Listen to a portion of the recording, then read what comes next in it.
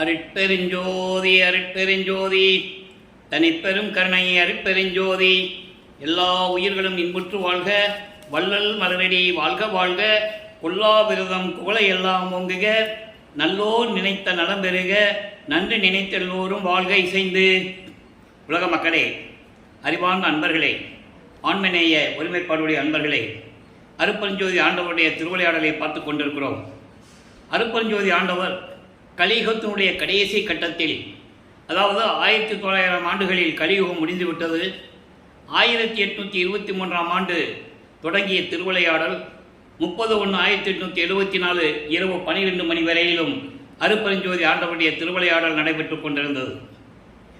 இறைவனுடைய திருவிளையாடல் நடைபெற்றுவதற்கு காரணம், ஏற்கனவே பிரபஞ்சத்தில் தோன்றிய 4 யுகங்களும், கிரேத யுகம், திரேத யுகம், துவார யுகம், கலியுகம், இந்த 4 யுகங்களிலுமே மார்க்கங்கள் உருவாகி, சமயங்கள் உருவாகி, மதங்கள் உருவாகிவிட்டன. ஒவ்வொரு யுகத்திற்கும் ஆயுள் காலம் உண்டு. நான் ஏற்கனவே குறிப்பிட்டது போல, கிரேத யுகத்திற்கு 17,28,000 வருடங்களும், கிரேத யுகத்திற்கு 12,96,000 வருடங்களும், துவாபர யுகத்துக்கு 8,64,000 வருடங்களும், கலியுகத்திற்கு 5,000 வருடங்களும் என்று ஒவ்வொரு யுகத்திற்கும் ஆயுள் காலம் உண்டு. ஒரு யுகம் முடிந்தவுடனே அந்த யுகத்தில் தோன்றிய சமயங்களும் மதங்களும் அழிந்துவிடும்.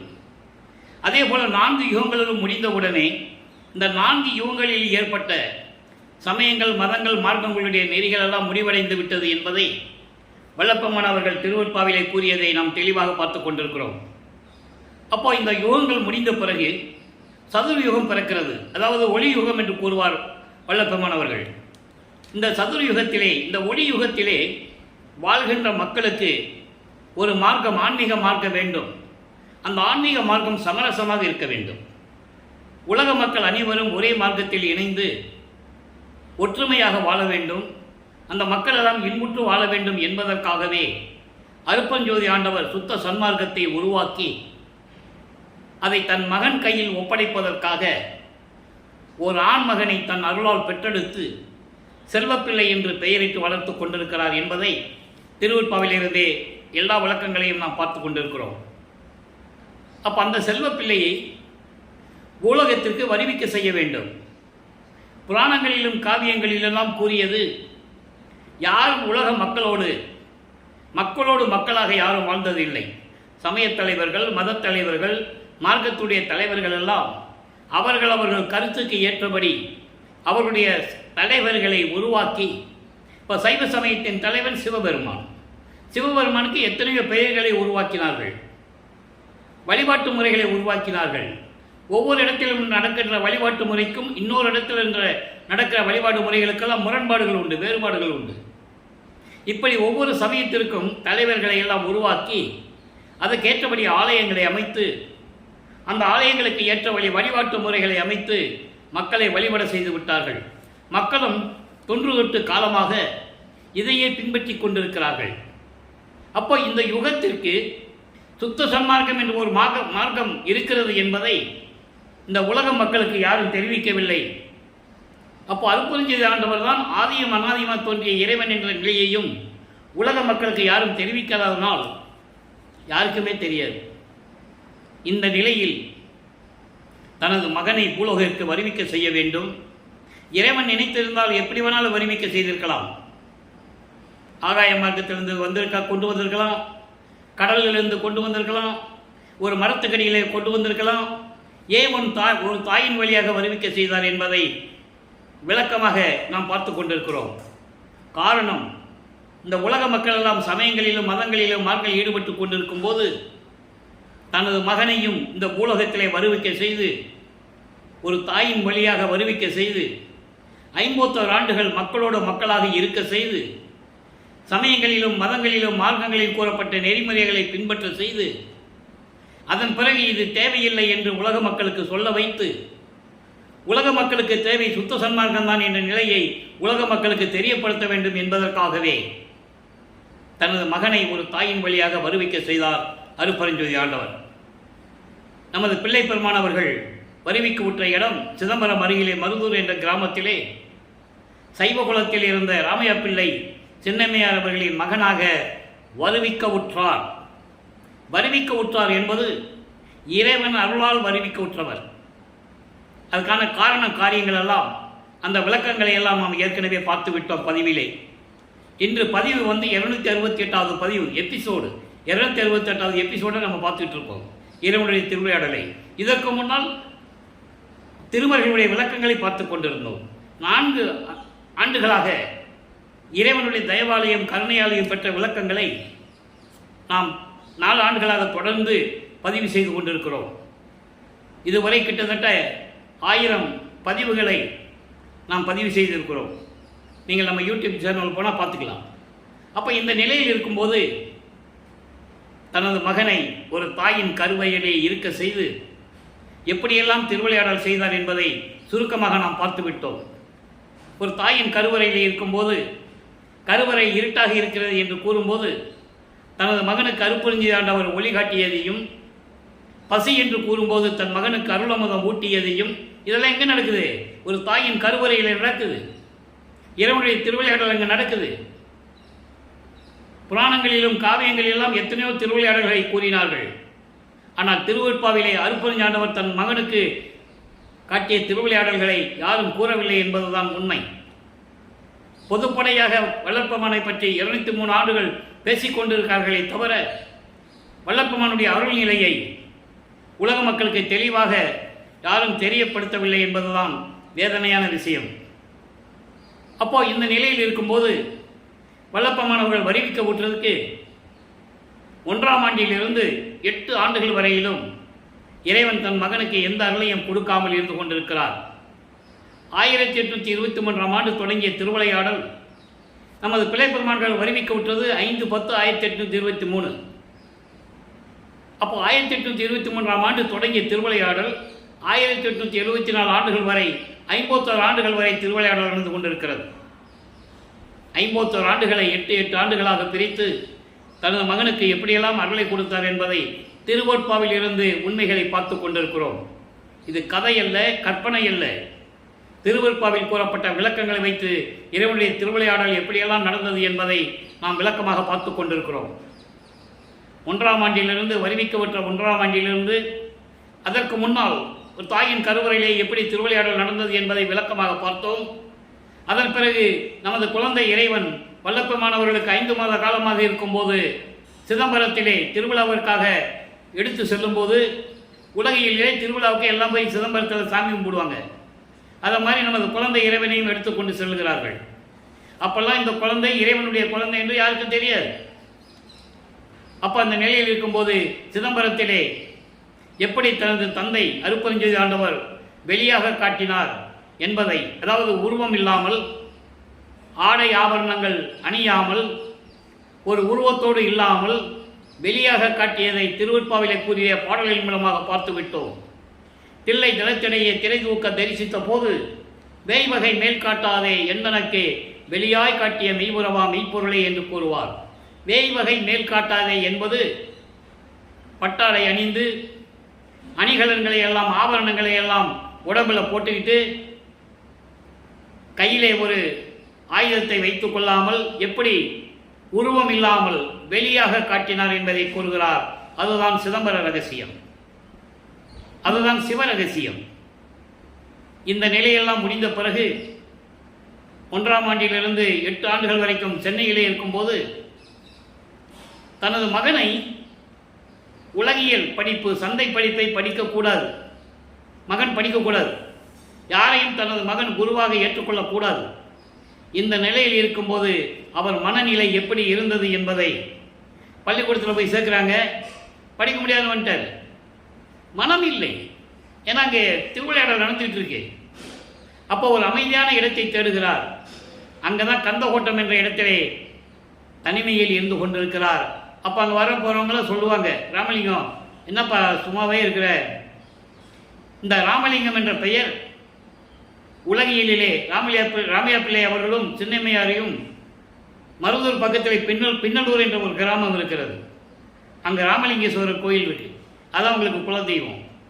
சைவ நெறியில் இருப்பதனால் அந்த குலதெய்வத்தை ஏற்றுக்கொண்டிருக்கிறார்கள். அங்கே தான் அவருக்கு ராமலிங்கன் பேர் வச்சு மொட்டை போட்டு காது குத்தி கடுக்கான் போட்டது. அந்த கடுக்கான கடைசியில் கலந்தது அருப்பஞ்சாண்டவர் தான் இந்த கழட்டுவார் திருடன் இடத்துல. அந்த விளக்கங்களையும் நம்ம பார்த்துட்டோம். இப்போது ராமலிங்க பிள்ளை என்பது உலகியலிலே வைத்த பெயர். நல்லா புரிஞ்சுக்கணும் நீங்கள். மக்களால் அழைக்கப்பட்டது திரு அருட்பிரகாச வள்ளலார். ஆனால் அவர் தந்தை அருட்பஞ்சாண்டவர் மகனுக்கு வைத்த பெயர் செல்வப்பிள்ளை. திருவருட்பாவையில் அந்த விளக்கங்கள் உண்டு. கொள்ளை என இன்பம் கொடுத்தாய், நினது செல்வப்பிள்ளை என எனக்கு பெயரிட்டாய், தெல்லமதம் அளித்தாய், சன்மார்க்க சங்கத்தே வைத்தாய். நிறைய பாடல்கள் உண்டு. என்னை செல்வப்பிள்ளை என்று பெயரிட்டு என் தந்தை வளர்த்து கொண்டிருந்தார் அப்படின்லாம் சொல்லுவார். அதனால தான் நான் பிள்ளை பெறுவான் என்று கூறுவதுண்டு. அப்போது இந்த நிலையில் இருக்கும்போது பள்ளிக்கூடத்தில் படிக்க போக முடியல, குடும்பத்தில் திட்டுவாங்க. பள்ளிக்கூடத்தில் சேர்த்தா ஒழுங்காக படிக்க மாட்டேன்றான், அவன் ஆட்டுக்கு தெரியிறான், காலையில் எந்திரிச்சு போகிறான், நைட்டு தான் வீட்டுக்கு வரான், இப்படிலாம் சொல்லுவாங்கல்ல. அப்போ அவர் மனநிலை எப்படி இருந்திருக்கும்? இந்த நிலை தொடர்ந்து கொண்டு இருக்கும்போது 2வது எட்டு தொடங்குகிறது. அதாவது 9வது ஆண்டு தொடங்குகிறது. 9வது ஆண்டிலே இறைவன் அவர் முன் தோன்றி, நல்லா கவனிக்கணும், என்னால் வருவிக்க உற்ற மகன் நீ, என் மகன், காரணம் காரியங்கள் பின்னாலே உனக்கு அருள்களையெல்லாம் அளிக்கப்படும், முன்பின் காட்டி அருள் செய்வேன் என்று கூறுவார். அந்த நேரத்தில் அவருக்கு ஞானத்தை மட்டும் கொடுக்கிறார், ஞானத்தை பெற்றுக்கொள்கிறார். இப்போ இறைவனுடைய மகன் என்று அவருக்கு தெரியும். இதுவரை உலகியலிலே பிறந்தது போல அவர் நினைத்துக் கொண்டிருப்பார். 8 வயசு குழந்தை தானே. அதன் பிறகு இறைவன் வந்து ஆட்கொண்ட பிறகு இறைவனுடைய மகன் என்று தெரியும். ஆனால் வெளியே சொல்ல முடியாது, சொல்லவும் கூடாது. அந்த நிலையில் இருக்கும்போது 9வது ஆண்டிலிருந்து 12 ஆண்டுகளுக்குள் என்ன நடந்தது என்பதை 1ஆம் திருமுறையிலிருந்தே பார்த்து கொண்டிருக்கிறோம். 1ஆம் திருமுறை 8 பதிகங்கள், 712 பாடல்கள். ஒவ்வொரு பதிகத்திலிருந்தும் பாடலுடைய விளக்கத்தை பார்த்து கொண்டிருக்கிறோம். இறைவனுடைய திருவிளையாடலை திருவருள் முறையீடு என்ற பதிகத்திலிருந்தே ஆரம்பித்தோம். 232 பாடல்களில் சிவபெருமானை எப்படியெல்லாம் வழிபடுகிறார். இப்போ அவருக்கு என்ன தெரியும்? சுத்த சன்மார்க்கத்தை பற்றி தெரியாது, அருட்பஞ்சாண்டவர் யாருன்னு தெரியாது. சிவபெருமான் தான் இறைவன், சைவ சமயத்தின் தலைவன். அப்போ சிவபெருமானை எப்படி வணங்குறது? நமச்சிவாயா, சிவாய நம, ஓம் சிவாயா, சிவசிவா என்று போற்றி வணங்கி கொண்டிருக்கிறார். சரியை, கிரியை, யோகம் என்ற 12 நிலைகள் இருந்து கொண்டிருக்கிறார். இந்த 12 நிலைகளும் சமயங்களையும் மதங்களையும் மார்க்கங்களையும் சார்ந்தது. அப்போ சைவ சமயத்தின் அடையாளம் திருநீர் பூசணும். திருநீர் பூசியாச்சுன்னா இவன் சைவத்தை சேர்ந்தவன், நாமம் போட்டாச்சுன்னா இவன் வைஷ்ணவ சமயத்தை சேர்ந்தவன், பொட்டு வச்சாச்சுன்னா சாதக சமயத்தை சேர்ந்தவன். இப்படி நிறைய விளக்கங்கள் உண்டு. அப்போ சைவ சமயத்தின் அடையாளமாகிய திருநூரை பூசிக்கொண்டு கழுத்தில் உத்தராட்ச கொட்டையை மாட்டிக்கிட்டு அந்த மணியை மாட்டிக்கிட்டு இவரும் சிவபெருமானை நமச்சிவாய சிவாயனம் என்று சொல்லி வழிபட்டு கொண்டிருக்கிறார். இந்த நிலை தொடர்ந்து கொண்டிருக்கிறது. ஆக திருவள்ளுவர் மொழியிலே 232 பாடல்களிலும் சிவபெருமானை பற்றி எப்படி பாடுகிறார். ஏன் எனக்கு அருளை கொடுக்க மாட்டேன்ற, நீ வாட்டுக்கு இந்த பூலோகத்தை வருவிக்க செய்துவிட்டு உனது மகன் என்று கூறிவிட்டு மறைந்து விட்டாய், நான் எவ்வளவு துன்பப்பட்டு கொண்டிருக்கிறேன் என்ற நிலையில் இருந்து கொண்டு அந்த பாடிய பாடல்களுடைய விளக்கங்களை எல்லாம் பார்த்து விட்டோம். இப்போ சிவபெருமானை பற்றி பாடியாச்சு, எந்த விதமான பிரயோஜனம் இல்லை. சிவபெருமானிலிருந்து அருளை வாங்க முடியல. அதே நேரத்தில் அவர் மனம் ஒருவேளை அம்மையை பற்றி பாடினால் அருளை பெற்று விடலாமா என்று கூறி வடிவுடைமனை பற்றி பாடுகிறார். வடிவுடை மாணிக்க மாலை உருவாகிறது. மொத்தம் 100 பாடல்கள். இதுவரை 43 பாடலுடைய விளக்கத்தை பார்த்திருக்கிறோம். இன்று 44வது பாடல்களை பார்க்க போகிறோம். நல்லா கவனிங்க. அடியார் தொழ நின் அடிப்பொடி தாள் சற்று அணிய பெற்ற முடியால் அடிக்கு பெருமை பெற்றார் முகுந்தன், சந்த கடிமலர் அயன் முன் ஓர் தென் ஒற்றை கடவுள் செம்பால் வடியா கருணைக்கடலே வடிவுடை மாணிக்கமே. இது பாடல். இந்த பாடலுடைய விளக்கம் பாருங்க. அதாவது அடியார் தொழ நின் அடி பொடித்தால் சற்று அணிய பெற்ற, உனது அடியார்கள் உன்னுடைய திருவடியை வணங்கி நெற்றியிலே திருநீறு பூசிக்கொண்டு போற்றி பெருமையை பெற்றார்கள். உன்னுடைய அடியார்கள் என்ற பெருமையை பெற்றார்கள். உன்னுடைய திருவடியை பற்றி போற்றி பாடினார்கள். சைவ சமயத்தின் அடையாளமாகிய திருநீரை பூசிக்கொண்டு உன்னை வணங்கி அவர்கள் பெருமை அடைந்தார்கள், பெருமையை பெற்றுக்கொண்டார்கள். அதுபோல திருமாலும் செந்தாமரை மலரில் வீற்றிருக்கின்ற பிரம்மனும் முன்னொரு காலத்தில் இறைவனுடைய அடியையும் முடியையும் பார்க்க சென்றார்கள். பார்க்க சென்றதினால் பெருமை பெற்றார்கள். ஆனால் பார்க்கல, இறைவனுடைய திருவடியும் முடியை யாரும் பார்க்கல. பார்க்க சென்றதினால் அடியை முடியை பார்க்க சென்றார்கள் என்ற பெருமையை அடைந்தார்கள். அது பாடலிலே சொல்லுவார், அற்புதமாக இருக்கும். நான்முகத்தோனும் திரு நெடுமாலும் மெஞ்ஞானம் என்னும் வான்முகக் கண் கொண்டு காணாமல் தம் உருமாறியும் செந்தாமரை சேவடியும் தேன்முகக் கொன்றை முடியும் செந்தாமரை சேவடியும் ஊன்முகக் கண் கொண்டு காணாமல் திகைத்து நின்றார்னு சொல்லுவார். சற்றும் உணரிலே இந்த பிரம்மனும் திருமாலும் இறைவனின் திருமுடியை பார்ப்பதற்கு மெஞ்ஞானம் இல்லாமல், பார்க்க முடியாமல் தங்களுடைய உருவங்களை மாற்றுகிறார்கள். பிரம்மன் அன்னப்பறவையாகவும் திருமால் பன்றியாகவும் உருவம் எடுத்து பிரம்மன் மேலே பறந்து கொண்டிருக்கிறான் முடியை பார்ப்பதற்கு.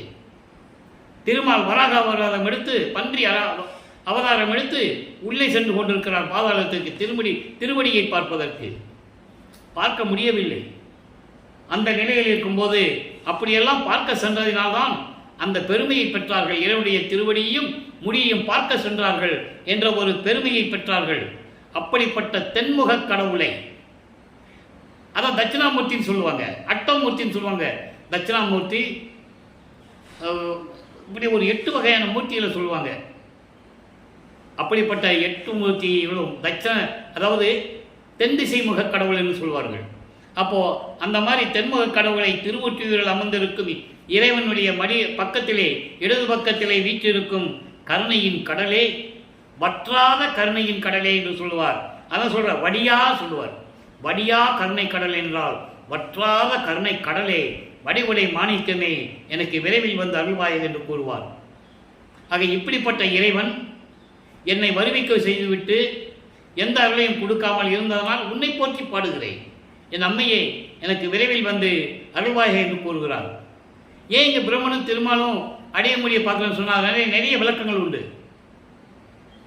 பூத்திடும் அவனும் காத்திடும் அவனும் புல் விலங்கு உருக்கோடு நேடி ஏத்திடும் முடியும் கூத்திடும் அடியும் இன்னும் காண்கிறேன்னு சொல்லுவார். பிரம்மனும் திருமாலும் இப்படியெல்லாம் போனாங்கன்னு சொல்லுவார். நெடுமால் பன்றி என்ன நெடுநாள் நேடியும் கண்டறியாத பூங்கலல்கள்னு சொல்லுவார். கண்ணன் கண்டறியாத கலல் பெற்றவர்னு சொல்லுவார். ஆக இந்த நிலையில் இருந்து கொண்டு வடிவனை பற்றி பாடுகிறார். எந்த விதமான பதிலும் இல்லை. இந்த நிலையில் இருந்து கொண்டு வல்லப்பெருமானவர்கள் ஞானத்தை பெற்ற பிறகு 13வது ஆண்டில் முதல் முறையாக அவர்கள் இருந்த இடத்திலிருந்து ஏழுகணர் பகுதியில் இருந்து அங்கே வீரசாமி முதலியார் தெருன்னு ஒரு தெரு இருக்குது, அங்கே தான் இருந்தாங்க. இப்போ அந்த ஏரியாலாம் வள்ளலார் நகர்னு பேர். அங்கே இருந்து 13வது ஆண்டில் ஞானத்தை பெற்ற பிறகு முதல் முறையாக திருவொற்றியூர் சொல்லுகிறார். அங்கே இருக்கின்ற தியாகராஜ பெருமானை, அங்கே இருக்கிற சிவபெருமானுடைய பெயர் தியாகராஜ பெருமான். அவர் எப்படி வந்தார்னா, சுந்தரன் காலத்தில் திருவாரூர்லேருந்து சுந்தரன் கூப்பிட்டு வந்துடுவார். பறவை நாச்சியாரை அங்கே கல்யாணம் பண்ணி விட்டுட்டு சுந்தரன் வந்து இங்கே வந்து சங்கிலி நாச்சியாரை கல்யாணம் பண்ணுறதுக்காக சிவபெருமானை கூட கூப்பிட்டு வந்துடுவார். அப்போ வந்து தங்கினவர் தான் சிவபெருமான் என்று வள்ளற்பெருமான் திருவருட்பாவிலை அருளியிருக்கிறார்கள். அப்போது அந்த தியாகராஜ பெருமானை எப்படி பாடுகிறார் என்பதை 2ஆம் திருமுறை உருவாகிறது. நான் ஏற்கனவே கூறியது போல 113 பதியங்கள், 1207 பாடல்கள், இதுவரை 26 பதியங்களை நாம் பார்த்திருக்கிறோம். அதனுடைய சுருக்கம், தியாகராஜ பெருமானை போற்றி போற்றி பாட வேண்டியது, மனம் உருகி பாட வேண்டியது, எந்த விதமான பதிலும் இல்லாமல் மிகவும் அவர் மனம் வருந்துகிறார். அந்த சிக்கலிலே, அந்த சூழ்நிலையிலே இருந்து கொண்டிருக்கிறார். அப்போது ஒருவேளை மாசிலாமணி போய் பார்த்தா, எங்கே திருமலை வாயில் அங்கே இருக்கிற சிவபெருமானுக்கு பேர் மாசிலாமணி, ஒருவேளை அங்கே போய் நம்ம அவரை சந்தித்தா அருளை பெற்று விடலாமோ அப்படின்னு திருமலை வாயிலுக்கு போகிறாரு.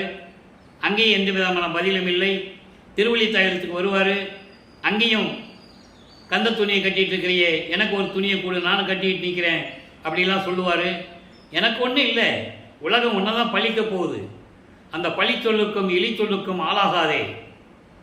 பெற்ற பிள்ளையை தெருவில் விட்டு விட்டான் என்று உன்னைதான் பழிக்கும் இந்த உலகம். விரைவில் வந்து எனக்கு அருள்வாயாக என்று கூறுவார். ஒரு பிரயோஜனம் இல்லை. அப்போ இந்த நிலையில் இருக்கும்போது 26வது பதிகம் திருவடி சரண் புகழில் இன்றைக்கி 7வது பாடலை பார்க்க போகிறோம். மறுபடியும் திருவொற்றியூருக்கு போகிறாரு. இனிமேல் திருமலை வாயிலுக்கும் திருவள்ளி தாயத்துக்கும் போக மாட்டார். அந்த சாப்டர் அதோடு முடிஞ்சிடுச்சு. அதுக்கப்புறம் இனிமேல் திருவொற்றியூர் விட்டு எங்கேயும் போக முடியாதுன்ற நிலை உருவாக்கி விட்டது. அங்கே என்ன பார்க்குறாருன்னு பார்ப்போம். அதாவது இப்போ 16 ஆண்டுகளுக்குள் இருந்து கொண்டு இருக்கிறார். 2வது எட்டில் இருக்கிறார். அப்போது உலகிலே எப்பவுமே ஒரு ஆண்மகனுக்கு 16 ஆண்டுகள் வந்து விட்டால் 16 வயசு ஆயிடுச்சுன்னா மனம் ஒரு நிலையில் இருக்காது. அவனுக்கு மனம் அலைபாயும். இது இயற்கை. அப்போ அந்த மனம் வந்து எப்படி அலைபாயுது, அந்த மனதை எப்படி கட்டுப்படுத்தணும் அப்படின்ற நிலையில் இருந்து கொண்டு இந்த பாடல்களை நமக்கு அருளியிருக்கிறார்கள். நல்லா கவனிங்க. நாட்டமுற்று என்னை எளிமையும் பிரியாத நல்ல நெஞ்சமே, நங்கையர் மயலால் வாட்டமுற்று இவன் மயங்கினை. இவன் என்பது இப்போ இந்த பூலோகத்தில் இப்பொழுது மயங்கினை.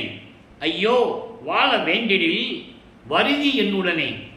இந்த 4 வரிக்கு முதல்ல விளக்கம்.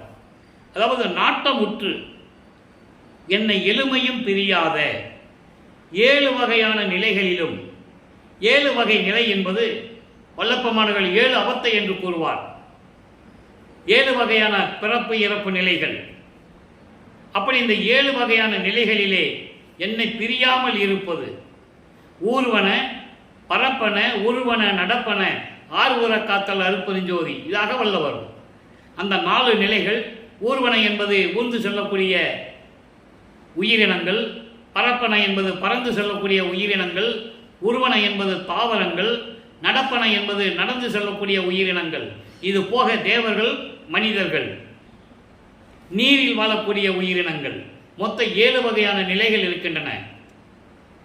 எளிமையும் இந்த 7 வகையான நிலைகளெல்லாம் தாண்டி என்னை விட்டு பிரியாது இருக்கின்ற எனது மனமே, நங்கையர் மயலால் பெண்களுடைய காம வலையில் சிக்கி மனம் வருந்தி இந்த பூலோகத்தில் மயங்கி கொண்டிருக்கிறாய் மனமே. மனம் அலைபாய்வது, அதை கட்டுப்படுத்த வேண்டும்.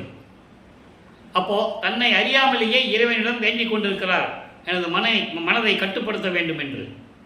அந்த நிலையில் இருக்கும்போது சொல்லுகிறார், இப்படி பெண்களின் காம வலையிலே சிக்கி மயங்கி துன்பப்பட்டு கொண்டிருக்கிறாய் இந்த பூலோகத்தில். ஐயோ நீ நல்லபடியாக வாழ வேண்டும் என்றால் என்னுடன் வா. எங்க கூப்பிடுறாரு? திருவொற்றியூருக்கு கூப்பிடுறார். என்னுடன் வா. கோட்டமற்று இருமலர் கரம் கூப்பி கும்பிடும் பெரும் குணத்தவர் தமக்கு.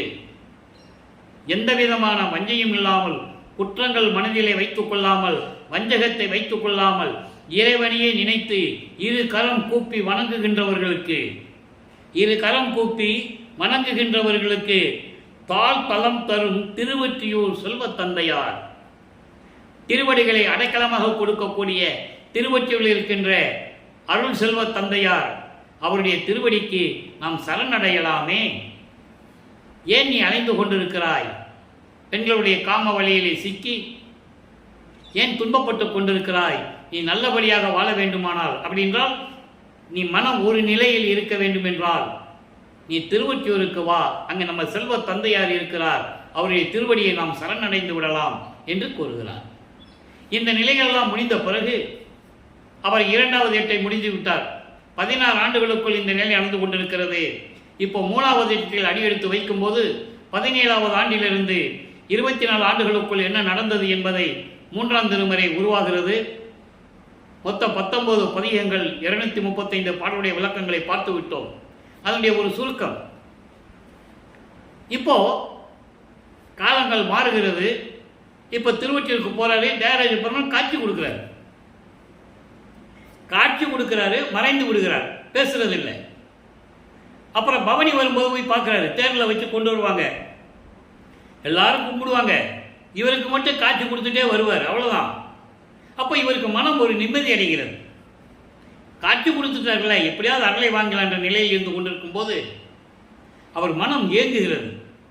அந்த தவிப்பை, அந்த ஏக்கத்தை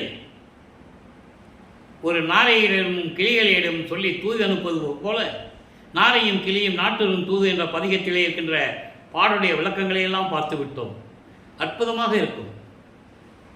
அப்போ அந்த நிலைகளெல்லாம் முடிந்த பிறகு பவனி வரும்போது பார்க்கிறது, காட்சி கொடுக்கிறது, மறைகிறது, இப்படியே நிலைகள் தொடர்ந்து கொண்டிருக்கிறது. அதன் பிறகு எப்படி தியாகராஜ பெருமான் இவரை பார்த்து திரும்பி பார்க்காமல் பக்கத்தில் வருவார். இவர் சந்தோஷமாக பார்த்துக்கிட்டு இருக்கும்போது மனம் மயங்கி கண்ணை மூடி மகிழ்ச்சியாக இருக்கும் பொழுது கன்னத்தை கிள்ளி விட்டு கொஞ்சி விட்டு திரும்பி பார்க்காமல் அப்படியே எப்படி ஓடுகிறார் தெருவழியாக என்பதையெல்லாம் பார்த்து விட்டோம். அவர் ஓட, இவர் பின்னால் ஓட, ஓட்டத்தை பிடிக்க முடியலன்னு சொல்கிறார். அப்போ அங்கே இருக்கிறவங்கள கேட்பாங்கல்ல, என்ன ராமலிங்கம் நீ வாட்டி தெருவில் ஓடிக்கிட்டு இருக்க, என்ன விஷயம் அப்படின்னு கேட்கும்போது, சிவபெருமான் ஓடினார், நான் ஓட்டத்தை பிடிக்க போனேன்னு சொல்லுவார். பாட்டில் இருக்குது விளக்கம். அதனுடைய விளக்கத்தை கூறுகிறேன். விரிவான விளக்கங்களாக நம்ம ஒவ்வொரு எபிசோடில் பார்த்துட்டோம். அப்போ இந்த நிலையில் இருக்கும்போது அவங்க சொல்லுவாங்க, இந்த கலியுகத்தில் இதெல்லாம் நடக்கிற காரியமாப்பா அப்படின்னு சொல்லும்போது அவர் சொல்லுவார், நீங்கள் என்ன வேணாலும் சொல்லுங்கள். அங்கே இருக்கிறவங்க சொல்லுவாங்க, அப்படியே இருந்தால் கூட இந்த கலியுகத்தில் சிவபெருமான் வராராக்கும், என்னப்பா இந்த மாதிரிலாம் நீ நடந்துக்கிட்டு இருக்க அப்படின்னு சொல்லும்போது இவர் பதில் சொல்லுவார் அவங்களுக்கு. அது ஒரு 10 பாடல்களை நம்ம பார்த்துட்டோம். அதுக்கப்புறம் ஒரு குறைச்சி பெண்ணிடம் போய் குறி கேட்க போகிறது, ஜோதிடம் கேட்க போகிறது, இந்த நிலைகள்லாம் நம்ம பார்த்துட்டோம். மனம் ஒரு நிலையில் இல்லாமல் பயம் வருது அவருக்கு. எப்போ இந்த நிலை இதே மாதிரி நிலை கடைசி வரைக்கும் தொடர்ந்துச்சுன்னா என்ன பண்ணுறது? அப்போ அவருக்கு இந்த விவரம்லாம் தெரியாது. சுத்த சன்மார்க்கம் இருக்கிறது, இந்த நிலைகள்லாம் அவருக்கு தெரியாது.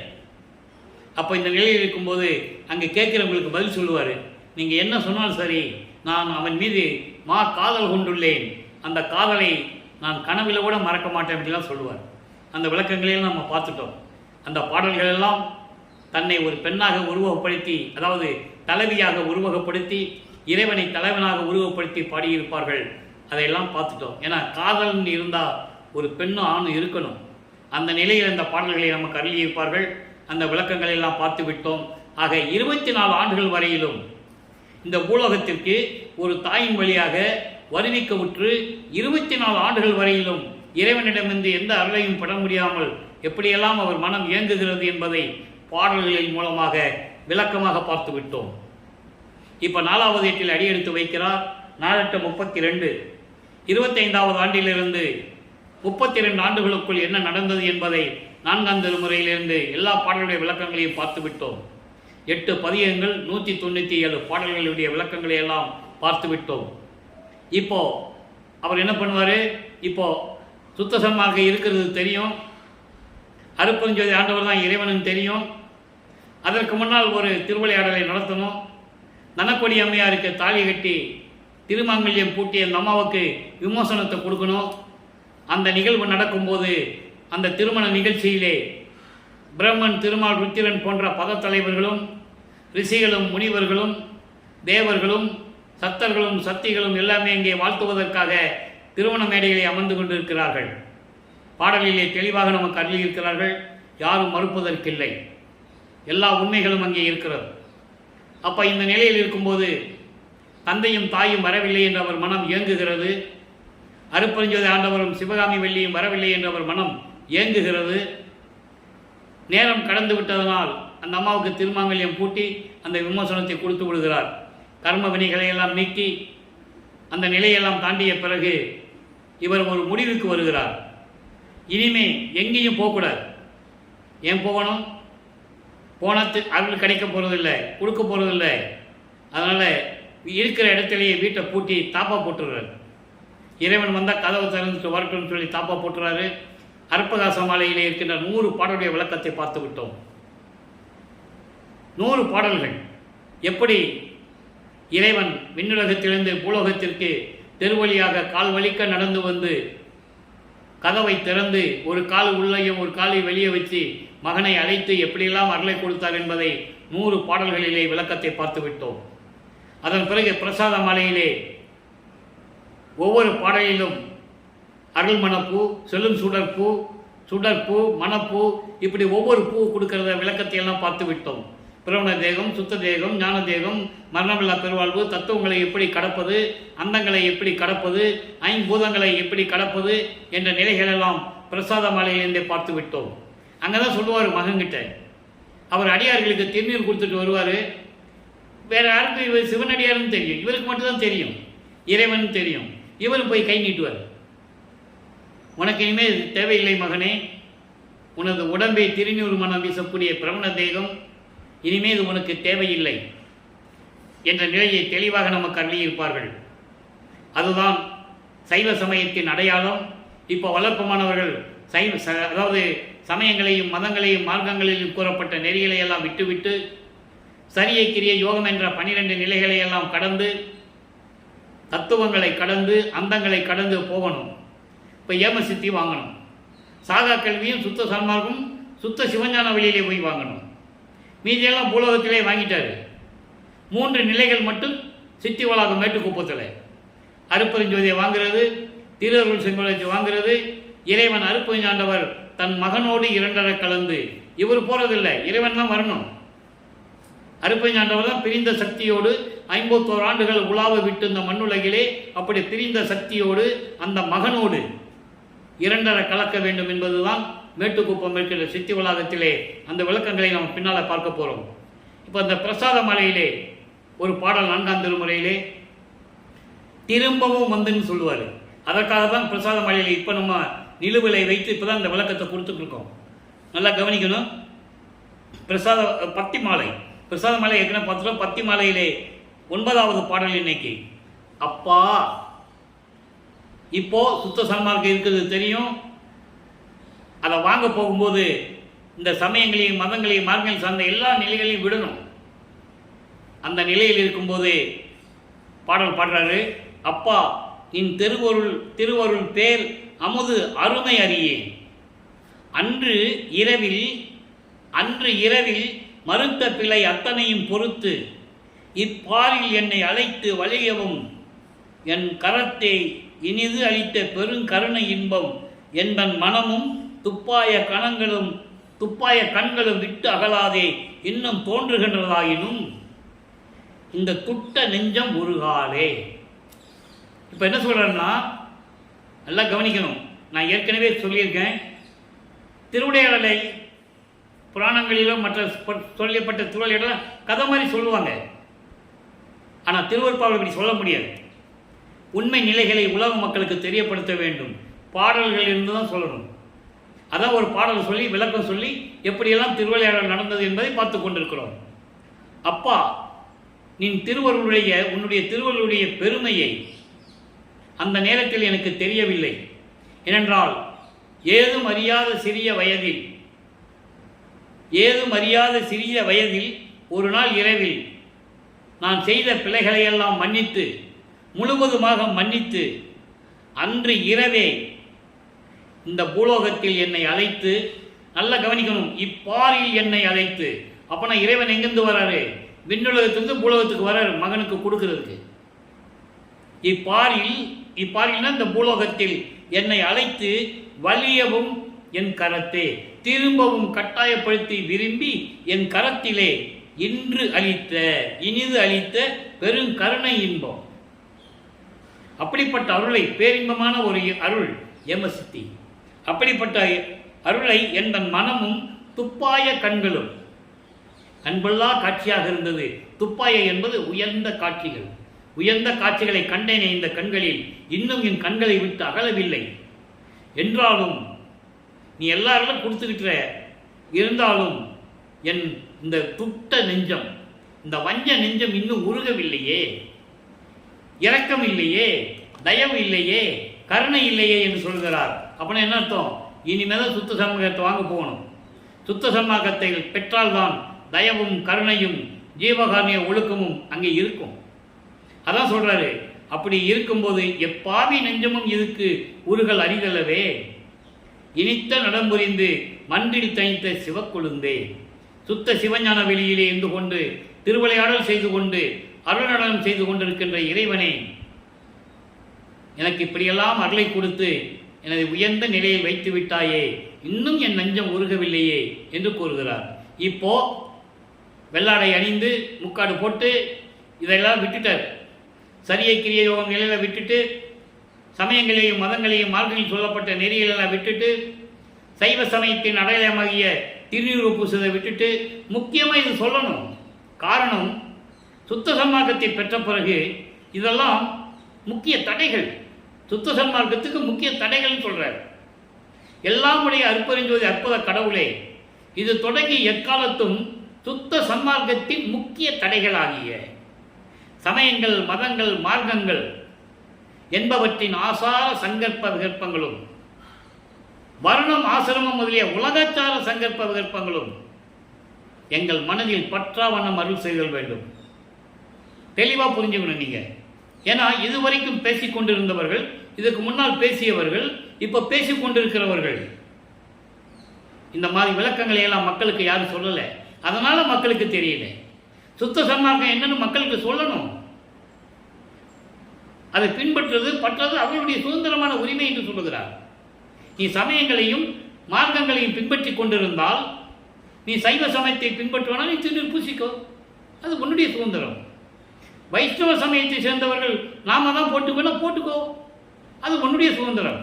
ஆனால் சுத்த சன்மார்க்கத்தில் வரும்போது இந்த குறியீடுகள் இருக்கக்கூடாது. அர்ச்சனை பண்ணுறது, தீபார்த்தனை காட்டுறது, அலங்காரம் பண்ணுறது, அபிஷேகம் பண்ணுறது, இதெல்லாம் அங்கே அதோடு நிறுத்திக்கணும். சிதம்பரத்தோடு நிறுத்திக்கணும். எந்தெந்த சிவன் கோயில் இருக்கு அதோடு நிறுத்திக்கணும். சுத்த சன்மார்க்கம் அருப்பெருஞ்சோதியை வணங்கும் போது சங்கற்ப விகற்பங்கள் எதுவுமே இருக்கக்கூடாது. இந்த நிலையை தெளிவாக அருளியிருக்கிறார்கள் வல்லப்பமானவர்கள். காலங்காலமாக இந்த உண்மைகளை எல்லாம் மக்களிடம் சொல்லாமல் மறைத்து விட்டார்கள். சொன்னாதானே உங்களுக்கு தெரியும். சத்தியஞான சபைக்கு வந்தால் கொலையும் புலையும் தவிர்த்திருக்க வேண்டும். திண்ணூர் பூசுறது, கற்பூரம் ஏற்றி கொளுத்துறது வெளியே, இந்த நிலைகள்லாம் இருக்கக்கூடாது. அப்போ அங்கே இருந்து மக்கள்கிட்ட சொல்லணும், இதெல்லாம் செய்யக்கூடாது அப்படின்னு சொல்லணும். யாரும் சொல்றதில்லை. நீங்கள் சத்தியஞான சபைக்கு வந்தால் வெளியே பார்த்தீங்கன்னா அப்படியே கற்பூரம் ஏற்றி போகிற கொழுதான் எரிஞ்சிட்டு இருக்கும். அப்போ அவங்களுக்கு தெரியாது. நம்ம தான் சொல்லணும். சொன்னவனே இப்படியெல்லாம் சொல்கிறவங்கள ஏற்றுக்க மாட்டாங்க. இப்போ என்னெல்லாம் ஒரு சபையில் பேச ஆரம்பித்து கூப்பிட்டாங்கன்னா திருப்பி கூப்பிட மாட்டாங்க. நான் இதை சொல்லுவேன். உண்மை நிலையை சொல்லும்போது ஏற்றுக்கொள்ள அவங்களுக்கு தயாராக இல்லை. இதை ஏன் சொல்கிறோம்னா மனம் வேதனையாக இருக்கிறது.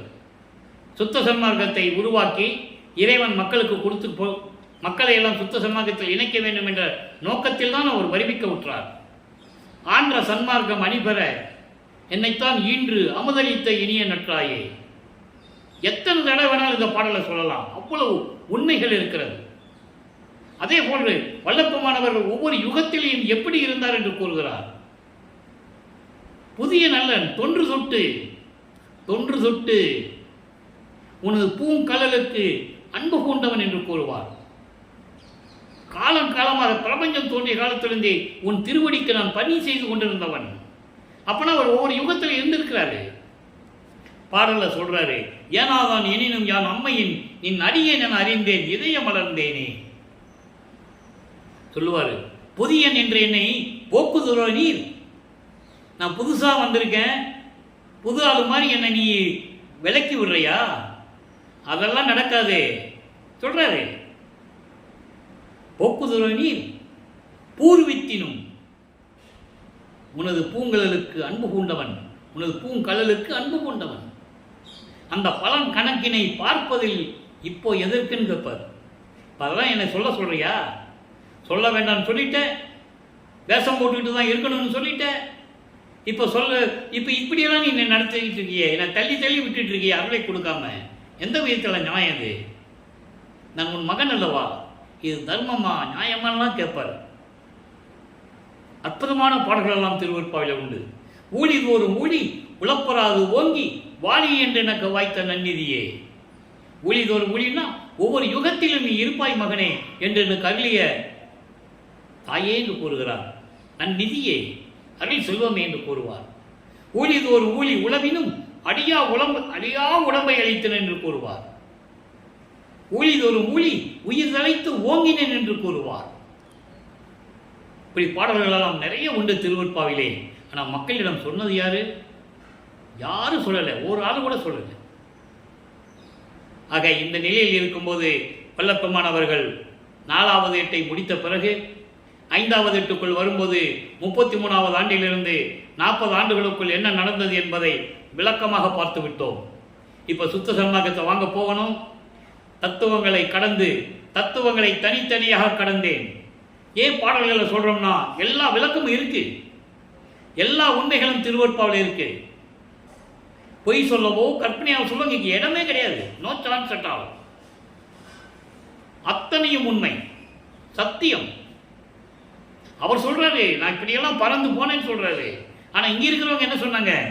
அவர் எங்க போனான்னு தெரியாதப்பா, இன்னும் 6 மாதம் ஆகுதோ 1 வருஷம் ஆகுதோ, கல்யாணம் பண்ணாரு, மனைவியும் விட்டுட்டு போயிட்டாரு, இப்படிலாம் சொல்லுவாங்க. காரணம், அவருக்கு எந்த விதமான உறவு இல்லை, பேரன் இல்லை, பேத்தியும் கிடையாது. குடும்பம் நடத்தினார் அவரு, பேரனும் பேத்தி பார்க்கிறதுக்கு. அவர் இறைவனாக அறிவிக்கப்பட்டவர். அந்த நிலையில் இருக்கும்போது சுத்த சன்மார்க்கை வாங்குவதற்கு தத்துவங்களை கடந்து, அந்தங்களை கடந்து, சரியை கிரியை என்ற யோக நிலைகளை எல்லாம் கடந்து, 12 நிலைகளையும் கடந்து சிவஞான வெளிக்கு சென்று கொண்டிருக்கிறார். அங்கே இருக்கின்ற சத்தியஞான சபையிலே வெளியே எல்லாம் நின்றுட்டு இருக்காங்க. தேவர்கள்லாம், பிரம்மன் முதல் எல்லாமே வெளியே தான் நிற்கணும்.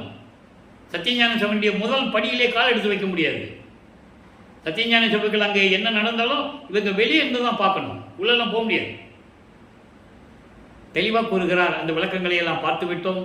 தந்தை மகனை வரவேற்று, மகனை இந்த ஆடைகளை எல்லாம் கலைந்து விட்டு புனித நீராடை புத்தாடை அணிந்து மங்கள கோலத்துடன் வருவாயாக, உனக்கு 2 நாளிகைக்குள் மணிமுடி சூட்ட வேண்டும் என்று கூற, வல்லப்பெருமானவர்கள் அந்நிலையில் வர, மகனை சுத்த சன்மார்க்கத்தை பெற்றுக்கொள், இனிமேல் இது உன்மார்க்கம் என்று சுத்த சன்மார்க்கத்தை ஒப்படைக்கிறார். அதன் பிறகுதான் அவர் இது என் மார்க்கம் என்று கூறுவார். அதுக்கு பிறகுதான் இங்கே பூலோகத்தில் அந்த சுத்த சன்மார்க்கத்தை நிறுவியது எல்லாமே உங்களுக்கு தெரியும். என்ன, இந்த நிலையில் இருக்கும்போது சாகா கல்வியை அங்கே கற்றுக் கொடுக்கிறார் தன் மகனுக்கு. இதை வானவர்கள் எல்லாம் வெளியே இருந்து கொண்டு பார்த்து கொண்டிருக்கிறார்கள். அதை மெய்யருள் வியப்பிலே இருந்ததை நாம் தெளிவாக பார்த்து விட்டோம். நாகாதிபனும் நாராயணனும் நான்முகனும் நறுமுறும் எனவே இந்திரனும் பிரம்மனும் திருமாலும் மற்றவர்களெல்லாம் முகத்திலே கோபத்தை வைத்துக்கொண்டு பற்களை நறுமுரண கடித்து கொண்டு, கோபம் அப்படி வருது உங்களுக்கு, அப்படி வருது. மகனுக்கு மட்டும் எல்லாம் கொடுக்குறாங்களே, இறைவனுக்கு கூட ஓரவஞ்ச இருக்குதுன்னெல்லாம் சொல்லுவாங்க. அடியனாக்கி பிள்ளையாக்கி நேயனாக்கியே, அடிகளாக்கி கொண்டாய் அவலம் நீக்கியே. அவலம் நீக்கியே என்பது 7 பிறவிகள், அதான் அவலம். அந்த 7 பிறவிகள் ஏற்கனவே இப்போ சொன்னேன் நான், அகவல்ல சொன்னது. இந்த 7 அவஸ்தை நிலைகளையும் நீக்கி அடிகளாக்கி என்னை அடிகளாக்கி கொண்டாய் அவலம் நீக்கியே. படியுள்ளோரும் வானுள்ளோரும் இதனை நோக்கியே. படியுள்ளன விண்ணுலகத்தில் இருக்கிறவரும், படியுள்ளன மண்ணுலகம், விண்ணுலகத்தில் இருக்கின்றவர்களும் அதிசயமாக பார்க்கிறார்கள். பதியும் ஓரவாரான் என்பான் பரிவு தேக்கியே. கடவுளுக்கு கூட ஓரவஞ்சனை இருக்குதுப்பா, எல்லாமே தன் மகனுக்கே கொடுத்துட்டு இருக்கிறாரு என்ற நிலையை மெய்யருள் வியப்பிலே கூறியதையெல்லாம், அந்த விளக்கங்களை எல்லாம் பார்த்து விட்டோம். இதெல்லாம் கடந்து எல்லாத்தையும் வாங்கி கொண்டு பூலோகத்திற்கு திரும்புகிறார். அங்கே கருங்குழியிலே உறைவிடமாக கொண்டுள்ளார். இவர் பூலோகத்துக்கு வரும்போது நேராக சிதம்பரத்துக்கு தான் போகிறார். விண்ணுலகத்திலிருந்து நேராக அங்கே தான் போகிறார். ஆனால் இங்கே என்ன சொல்லுவாங்க, மாட்டு வண்டியில் போனார், தெருவழியாக நடந்து வந்தார், அப்படியே சென்னையிலேருந்து சிதம்பரம் வரைக்கும் நடந்தே வந்தார்னு சொல்லுவாங்க. அதெல்லாம் கிடையாது. அவர் சென்னையில் இருக்கும்போது எல்லா சக்தியையும் பெற்றுக்கொண்டார். ஏற்கனவே அந்த விளக்கத்தையெல்லாம் நம்ம பார்த்துட்டோம். அண்டங்களுக்கு நொடிப்பொழுதில் அண்டங்களை கடந்து செல்லக்கூடியவர். நொடிப்பொழுதில் ஒரே இடத்துல எத்தனை உருவத்தில் வேணாலும் இருப்பார், ஒரே உருவத்தில் பல இடங்களில் கூட இருப்பார். அந்த நிலை இருக்கின்றவர் நடந்து வந்தாரும்பாங்க. எல்லாம் கிடையாது. சொல்றவங்க சொல்லட்டும், அவங்களோட அறிவு விளக்கத்தபடி கூறிக்கொண்டிருக்கிறார்கள். ஆனால் நாம் திருவருட்பாவில் இருக்கின்ற உண்மைகளை பார்த்து கொண்டிருக்கிறோம். ஏன் இங்கே சிதம்பரத்துக்கு போனார்னா, அங்கே பரசுராமனும் இந்த கருங்குழியில் இருக்கிற வீட்டு ஓனர் அங்கே இருக்கிறாங்க, வெங்கட ரெட்டியார் அங்கே பேசிக்கிட்டு இருக்காங்க சிதம்பரத்தில். அங்கே வினோத்தை நேரம் அங்கே போய் எழுந்தருளுகிறார் நமது பிள்ளை பெருமான் அவர்கள். உடனே பரசுராமன் உடனே ஆச்சரியப்பட்டு, இவர் தான் என் தம்பி. அவருக்கு இறைவன் தெரியாது, யாருக்குமே தெரியாது. இறைவனால் வருவிக்கப்பட்ட நிலையில் யாருக்குமே தெரியாது. நம்ம அக்கா மகளை கல்யாணம் பண்ணி வச்சோம், குடும்ப வாழ்க்கையில் வாழ முடியாதுன்னு வந்துட்டாப்புல, உங்கள் வீட்டில் கொண்டு போய் வச்சுக்காங்க, முடிஞ்சிட்டா அவர் உடனே கூப்பிட்டு வந்துட்டார். இதெல்லாம் இறைவனுடைய திருவிளையாடல் தான். இப்படி தான் நடக்கணும்னு ஒரு நியதி இருக்கு. ஆக அப்படி கருங்குழியிலே 9 ஆண்டுகள் உறைவிடமாக கொண்டிருக்கிறார் நமது பிள்ளை பெருமானவர்கள். இப்போ வளர்ப்புமானவர்கள் நமது பிள்ளை பெருமானவர்கள் 6வது எட்டில் இருந்து கொண்டிருக்கிறார். 6 8 48 வருவிக்க விட்டு 48 ஆண்டுகளுக்குள் என்ன நடந்தது என்பதையும் 41வது ஆண்டிலிருந்து 48 ஆண்டுகளுக்குள் அந்த 8 ஆண்டுகளுக்குள் என்ன நடந்து கொண்டிருந்தது என்பதை தான் இப்போ நம்ம பார்த்துக்கிட்டு இருக்கோம். அப்போது கருங்குழியிலிருந்து விடுபட வேண்டும். ஏனென்றால் ஜீவகாருண்ய ஒழுக்கம் உருவாக வேண்டும். உலக மக்களுக்கு ஜீவகாருண்ய ஒழுக்கம் என்றால் என்ன என்பதை விளக்கத்தை தர வேண்டும். அதற்கு ஒரு தர்மசாலையை உருவாக்க வேண்டும்.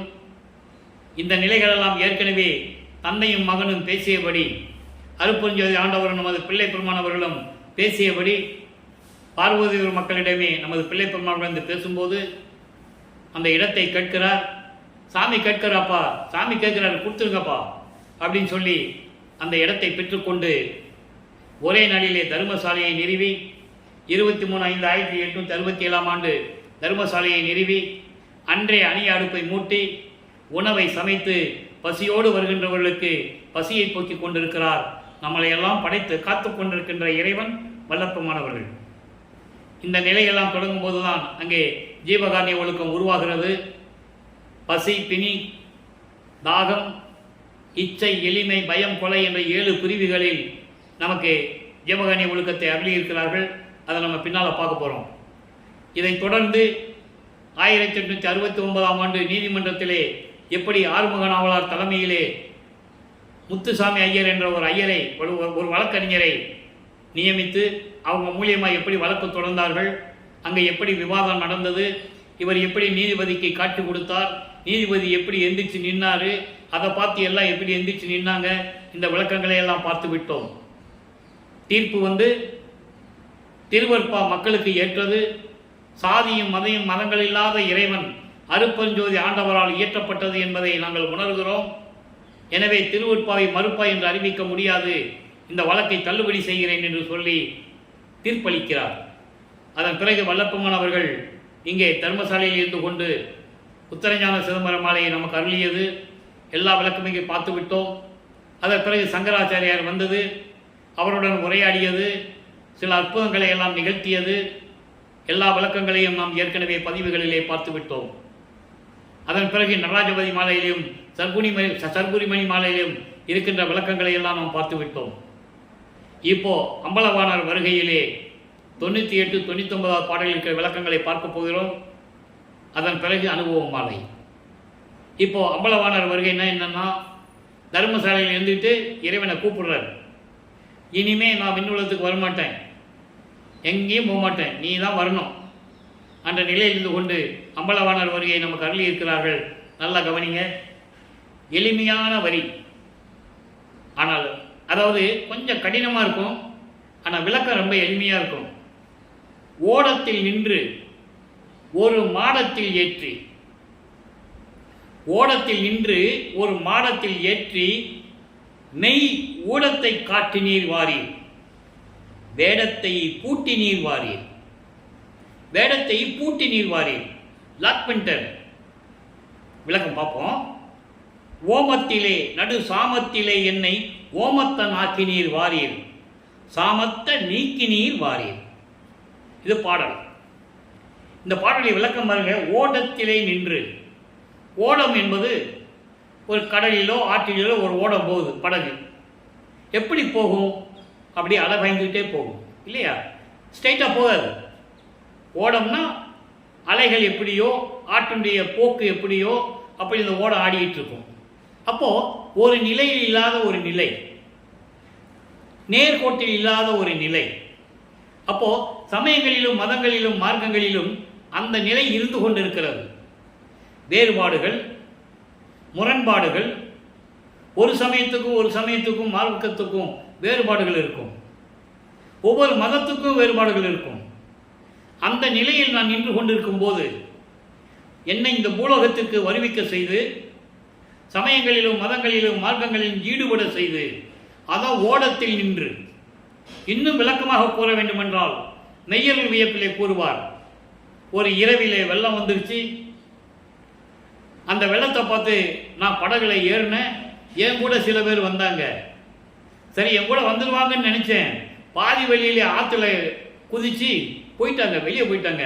நான் மட்டும் கரை ஏறினேன் அப்படின்னு சொல்லுவார். ஓடத்தில் வந்த படகுல போய் நான் மட்டும் தான் கரை ஏறினேன்னு சொல்லுவார். அப்படின்னு என்ன அர்த்தம்? அறியாமையில் இருந்து கொண்டு சமயங்களிலும் மதங்களிலும் மார்க்கங்களில் இருந்து கொண்டு வெளியேற வேண்டும் என்ற காரணத்திற்காக ஒரு படகிலே ஏறி இதை விட்டு வெளியே போகணும். வரும்போது என் கூட சில பேர் இருந்தாங்க. ஆனால் அவங்க பாதியிலேயே கீழே குதிச்சு ஆற்றுல குளிச்சு போயிட்டாங்க. நான் மட்டும்தான் சுத்த சன்மார்க்கத்தை பெற்றுக்கொண்டு கரை சேர்ந்தேன் என்று கூறுவார். அற்புதமாக இருக்கு அந்த பாடல்கள் எல்லாம்.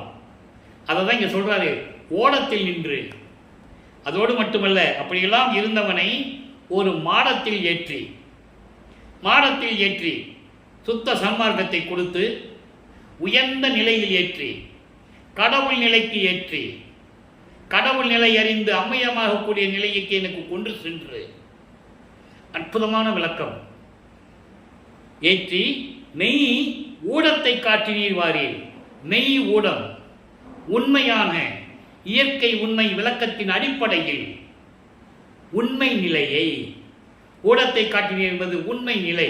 அதான் பிரபஞ்சத்தின் நிலை, அதான் கடவுள் நிலை அறிந்து அம்மையமாகக்கூடிய நிலை. அதை காட்டினீர். எவ்வளவு பெரிய விளக்கம் இருப்பாங்க. இது இறைவன் கொடுத்த விளக்கம். நான் தமிழ் இலக்கணம் படிக்காதவன், இலக்கியம் படிக்காதவன். இறைவன் கொடுத்த விளக்கத்தை மக்களுக்கு தெரிவித்துக் கொண்டிருக்கிறேன். 6 திருமுறைகளுக்கு விளக்கம் உண்டு. இறைவன் கொடுத்த விளக்கம் என்னிடம் உண்டு. 3 ஆண்டுகளாக சதுரகிரியிலே இருந்து நான் அந்த விளக்கங்களை இறைவனுடைய தயவாலயம் கருணையாலையும் எழுதியிருக்கிறேன். எழுதி மூட்டை கட்டி வச்சிருக்கேன். அந்த விளக்கம் தான் இப்போ உங்களுக்கு நான் சொல்லிட்டு இருக்கேன். அப்படிப்பட்ட இயற்கை உண்மை விளக்கமாகிய அந்த கடவுள் நிலை இருக்கிறதே, கடவுள் நிலையை இந்த அம்மையமாகக்கூடிய நிலையை எனக்கு காட்டினீர். அப்புறம் சொல்ற பாருங்க, வேடத்தை பூட்டினீர் சொல்லுவார். ஒரு பாட்டில் வேடங்கட்டி இருத்திக்கொள்ளுன்னு சொல்லுவார். நீ வேஷம் மட்டும்தான் போடணும், நீ யாருன்னு இந்த உலகத்துக்கு சொல்லக்கூடாது. இருநிலத்து போல், பூலோகத்திலையும் சரி விண்ணுலகத்திலையும் சரி எங்க வேணாலும் சரி, நீ யாருன்னு யாருக்கும் சொல்லக்கூடாது. வேடம் கட்டி இருத்திக்கொள்ளோ என்று சொன்னாய். அந்த வேடத்தை நீக்குகிறார். இப்போ மகனுடைய வேடத்தை இப்போ அவர் சொல்றாரு, இவன் என் மகன் என்று கூறுகிறார். சமயங்களிலும் மதங்களிலும் மார்க்கம் இருந்த போது போட்ட வேடங்கள், சமயங்களிலும் மதங்களில் கூறப்பட்ட நெறிகளை பின்பற்றி கொண்டிருந்த நிலைகள், திருநீர் பூசிக்கிட்டு உத்தராட்சி கொண்டைய கழுத்தில் மாட்டிக்கிட்டு சிவசிவா நமச்சிவாய ஓம் சிவாய நமன் சொல்லிக்கிட்டு இருந்த அந்த நிலையெல்லாம் பூட்டினி அதெல்லாம் நீக்கிவிட்டாய். அதான் சொல்றாரு, அப்படியெல்லாம் வேடத்தை பூட்டினீர் வாரீர். அடுத்து சொல்ல பாருங்க, ஓமத்திலே நடு சாமத்திலே, நடு இரவிலே இருள் சூழ்ந்த இடத்திலே நடு சாமத்திலே என்னை ஓமத்தன் ஆக்கினீர். ஓமத்தன் என்பது பிரவண தேகமுடையவன், திருநீர் மனம் வசக்கூடிய பிரவண தேகமுடையவன். உலக வாழ்க்கையில ஓமன் சொல்லுவாங்க. ஓமன்னா அது ஒரு நறுமணம் வீசக்கூடிய ஒரு வேதியியல் பொருள் ஓமம். அந்த ஓமம் சாப்பிட்ட உடம்புக்கு அவ்வளவு நல்லது. இது உலகியல் விளக்கம். ஓமத்தன் ஆக்கினீர் என்பது என்னை பிரவண தேகமுடைய மனிதனாக, அதாவது பிரவண தேகமுடையவனாக ஆக்கினீர். இந்த பூமியிலே உன்னால் வருவிக்க விட்டு இந்த எடுத்த தேகம் இருக்கிறதே, அது ஓமத்தனாக்கினீர். பிரவண தேகமாக நீ என்னை மாற்றி கொடுத்தீர். சாமத்த நீக்கினீர் வாரி. சாமத்தை என்பது அறியாமை, இருள் சூழ்ந்த அறியாமை. அதையெல்லாம் நீக்கி எனக்கு மெஞ்ஞானத்தை கொடுத்தீரே என்று சொல்கிறார். சாமத்தை நீக்கினீர், இதெல்லாம் நீக்கி எனக்கு மெஞ்ஞானத்தை கொடுத்தீர் என்று சொல்கிறார். மெஞ்ஞானம் பெற்றவர் தான் முக்காலத்தையும் அறிய முடியும். மலங்கள் நீங்கியவன் தான் பிரபஞ்சத்தின் உண்மையை கூற முடியும் என்று கூறுவார். இந்த பிரபஞ்சத்தில் தோன்றிய அத்தனை பேருமே உருவாக்கப்பட்ட புராணங்களும் காவியங்களும் எது இருந்தாலும் சரி, அவர்களெல்லாம் இறைவனுடைய அருளை பெற்று இயற்கை உண்மையினுடைய வடிவத்தை, உண்மையை அவர்களால் எழுத முடியாது. மலங்களை நீக்கிய சுத்த சன்மார்க்கத்தை சேர்ந்தவன் தான் பிரபஞ்சத்தின் உண்மையை சொல்ல முடியும், எழுத முடியும் என்று கூறுவார். ஆதாரங்கள் திருவுட்பாவில உண்டு. அந்த நிலையில தான் சொல்றாரு, சாமத்த நீக்கினீர் வாரி அப்படி சொல்லிட்டு இப்போ அனுபவ மாலையில என்ன சொல்றாரு? 147வது பதிகம் அனுபவ மாலை, மொத்தம் 100 பாடல்கள். இன்னைக்கு 44வது பாடலை பார்க்க போறோம். அதாவது 1ஆம் திருமுறையிலே வடிவுடை மாணிக்க மாலையில 44வது பாடல், இங்கே அனுபவ மாலையில 44வது பாடல்ல எப்படி இருக்கு? அங்கே சிவபெருமானை சொல்லுவார், கங்கையை சுமந்தவன் தலையிலே, சடையிலே பிறையை சுவையவன், கழுத்திலே பாம்பை கொண்டவன், நஞ்சு உண்டு களத்திலே நிறுத்தியவன் அப்படிலாம் சொல்லுவார். அது சைவ சமயத்தின் தலைவன். சைவங்களை அதாவது சமயங்களையும் மதங்களையும் மார்க்கங்களையும் சார்ந்த தலைவன் அப்படிதான் சொல்லணும். ஆனால் சுத்த சன்மார்க்கத்தின் தலைவன் அருட்பெருஞ்சாண்டவர் அப்படி அல்ல. ஆதியும் அந்தமில்லா தோன்றிய இறைவன், சுயமாக தோன்றிய இறைவன், சாதியும் மதமும் சமயமும் பொய் என ஆதியில் உணர்த்திய அருட்பெருஞ்சோதி சொல்லிட்டாரா? சாதியும் மதமும் சமயமும் காண ஆதியானாதயம் அருட்பெருஞ்சோதி அகவல்ல வரும். ஞானசரியில சொல்லுவாரு, பொறித்த மதம் சமயம் எல்லாம் பொய் பொய்யே, அவற்றில் புகுதாதீர், சிவம் ஒன்றே பொருள் என கண்டறிவேன். சிவம் என்ன? அருட்பெருஞ்சோதி. சிவன் வேறு, சிவம் வேறு, அதுக்கெல்லாம் விளக்கம் சொல்லியாச்சு. ஞானம் வேறு, மெஞ்ஞானம் வேறு. எல்லாமே இந்த பிரபஞ்சத்தில் ஞானத்தை பெற்றவர்கள். மெஞ்ஞானம் என்பது முக்காலத்தை உணர்ந்தவன். அந்த நிலை விளக்கங்கள் எல்லாம் நம்ம பார்த்துட்டோம். இப்போ அனுபவ மாலை என்பது 100 பாடல்களை தன்னுடைய அனுபவங்களை மாலையாக தொடுத்து, பாடல்களாக தொடுத்து உலக மக்களுக்கு அறிவிக்கிறார் வளர்ப்பமானவர்கள். தன்னை மனைவியாகவும் இறைவனை கணவனாகவும் வர்ணன் செய்து அந்த காதல் எப்படி இருந்தது, இறைவன் எப்படி தன்னை மணந்து கொண்டார் என்பது ஆட்கொள்வது, இறைவனிடமிருந்து எப்படி அருளை பெற்றுக் கொண்டார் என்ற நிலையை கூறுவதுதான் அனுபவ மாலை. ஒவ்வொரு பாடலாக பார்த்துட்டு இருக்கோம். இப்போ இந்த பாடல் என்ன சொல்றாரு? புண்ணியனார் என் உள்ளத்தை புகுந்து அமர்ந்த தலைவர். புண்ணியனார் சுத்த சன்மார்க்கத்தை சேர்ந்த இறைவன் தலைவன், என் உள்ளத்திலே புகுந்து கொண்ட சுத்த சன்மார்க்கத்தின் தலைவன். பொது விளங்க நடிக்கின்ற திருக்கூத்தின் திறத்தை திருச்சி சம்பளத்திலே சுத்த சிவஞான வெளியில் இருந்து கொண்டு அருணடனம் செய்து கொண்டு திருவிளையாடல் செய்து கொண்டிருக்கின்ற அந்த திறத்தை, அந்த அருள் பாங்கை எண்ணிய நான், அதை நினைத்த நான் எண்ணுந்தோறும், அதை நினைக்கும் தோறும் அமுதம் உண்டு பசி தீர்ந்தே இருக்கின்றேன். அமுதம் சாப்பிட்டிருக்கேன்னு சொல்றாரு. நான் அறியாத பருவத்தில் சமயங்களிலும் மதங்களிலும் மார்க்கங்களில் இருக்கும்போது நான் உண்ட உணவெல்லாம் அமுதமாயிற்று என்று சொல்லுவார். நல்லா கவனிச்சுக்கணும். மற்றவங்களுக்கு பார்க்கும்போது அந்த காலத்தில் அப்போ அந்த நிலையில் இருக்கும்போது சாப்பிடுவார்ல, வீட்டில் சாப்பிட சொல்லுவாங்க, வேற எங்கேயாவது ராமலிங்கம் இது எதாவது சாப்பிடுப்பான்னு சொல்லுவாங்கல்ல. அப்போ இவர் சாப்பிட்டதெல்லாம் அமுதமாயிற்று. தொண்டைக்குள்ள போகும்போது அமுதமாக தான் போகும். நல்லா புரிஞ்சுக்கணும். அவர் உண்டதே இல்லை. கருவிலே அருமுகம் உண்டவர். ஒரு தாயின் கருவறையிலே இருக்கும்போது, உபசாரத்தால் பெற்ற தாய் என்பால் ஒருத்தியின் கருவறையிலே இருக்கும்போது நான் அருளமுதம் உண்டவன் தெளிவாக சொல்லியிருக்காரு. அந்த நிலையில் இருக்கும்போது சொல்றாரு, நான் உண்டு பசி தீர்ந்தேன். அந்த அருள் நடத்தையும் திருவிளையாடலையும் நான் பார்த்தேனே, அதை நினைக்கும் போது எனக்கு பசியெல்லாம் தீர்ந்து விட்டது. பசி தீர்ந்தே இருக்கின்றேன், எனக்கு பசியே இல்லை. இங்க என்ன சொல்லுவாங்க? வாழையில போட்டு விதவிதமா சாப்பிட்டாருன்னு சொல்லுவாங்க. ஏன் மேட்டுக்குளத்தில் இருக்கும்போது அப்படி சாப்பிட்டாருன்னு சொல்லுவாங்க. மேட்டுக்குளத்தில் சமையல் ரூம் இருக்கா? குளிக்கிற ரூம் இருக்கா? இப்போ எப்படி சமைச்சாரு, எங்கே குளிச்சாரு, எப்படி படுத்தாரு? சும்மா அதெல்லாம் கிடையாது. அவர் எல்லா அருளையும் பெற்ற இறைவன். அவர் இறைவன், அருட்பெருஞ்சாண்டிய மகன். அவர் போனாரு, ரூம் பூட்டுட்டாரு, மறைஞ்சிக்கிட்டாரு, அப்படியா சொல்றது? இறைவன் ஆயிட்டான்னு சொல்லணும். அருட்பெருஞ்சாண்டர் தன் மகனோடு கலந்து இறைவனாகி விட்டார், அப்படிதானே சொல்லணும். சொல்லலை, யாரும் சொல்லலை. கதவை பூட்டிட்டு மறைஞ்சிட்டார், அவ்வளோதான், முடிஞ்சு போச்சு. இப்போ பாருங்க, இப்போ சொல்ற பாருங்க, அடிக்கடி நீ என்னை அழைக்கின்றாய்.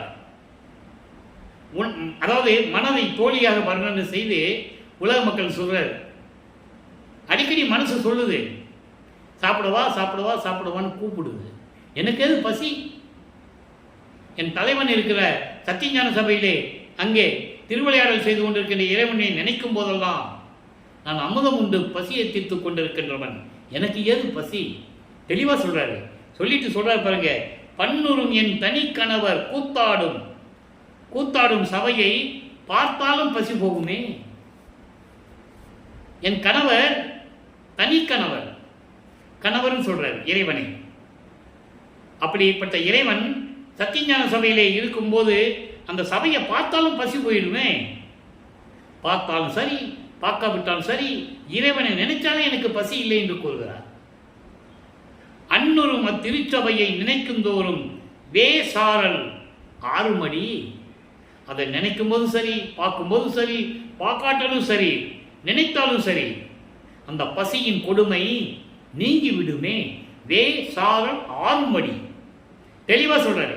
வேசாரல் ஆறுமடி என்பது பசியின் கொடுமை நீங்குமடி. அதனால்தான் சத்திய தர்மசாலையை நிறுவி அணையாடுப்பை மூட்டி பசியினுடைய கொடுமையை தீர்த்தார். பசியின் கொடுமை எப்படி இருக்கும் என்பதை நாம் அடுத்த பதிவிலே பார்க்க போறோம். ஜீவகாருண்ய ஒழுக்கம் பார்க்கும்போது அந்த பசியை கொடுமையை இங்கு சொல்லுகிறார். பசியின் கொடுமை ஆறுமடி. உலக மக்களே, இறைவனை நினைத்தாலே சரி போதும். பார்த்தாலும் சரி, நினைத்தாலும் சரி, பார்க்காட்டாலும் சரி, இறைவனை ஏற்றுக்கொண்டால் பசியின் கொடுமை நீங்கிவிடும் என்று கூறுகிறார். ஊறுமடி அனந்த அமுதமே. இறைவனுடைய அமுதம் உள்ளத்திலே ஊறுமே. எனவே உலக மக்களே, எல்லாரும் சுத்த சன்மார்க்கத்தில் வாருங்கள்.